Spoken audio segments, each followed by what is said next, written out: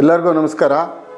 ಈ ದಿನ ಪರಂಪರೆ ಅಂತಕ್ಕಂಥ ಯೂಟ್ಯೂಬ್ ಚಾನಲನ್ನು ನಮ್ಮ ಗೆಳೆಯರಾದಂಥ ವಿರೂಪಾಕ್ಷ ಮತ್ತು ಶ್ರೀಧರ್ ಅವರು, ಕಣಿನಹಳ್ಳಿ ಶ್ರೀಧರ್ ಅವರು ಪ್ರಾರಂಭಿಸ್ತಾ ಇದ್ದಾರೆ.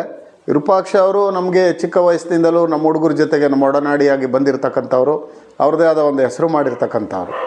ಈ ಪರಂಪರೆ ಯೂಟ್ಯೂಬ್ ಚಾನಲ್ಲು ಇದು ರಾಜಕೀಯದ ಚಾನಲ್ ಅಲ್ಲ.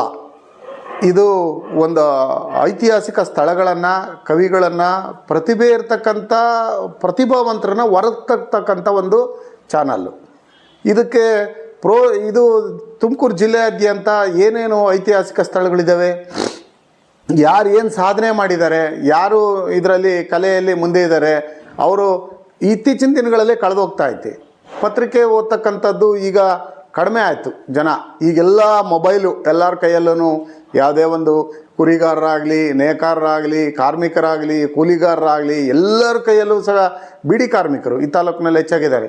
ಎಲ್ಲಾದರೂ ನೋಡಿ ಎಲ್ಲ ಯೂಟ್ಯೂಬ್ ಚಾನಲ್ ನೋಡ್ತಿರ್ತಾರೆ. ಇದು ಯಥೇಚ್ಛವಾಗಿ ಬೆಳೀತಾ ಇದೆ. ಅದೊಂದು ಮಾಧ್ಯಮ ಆಗಿದೆ.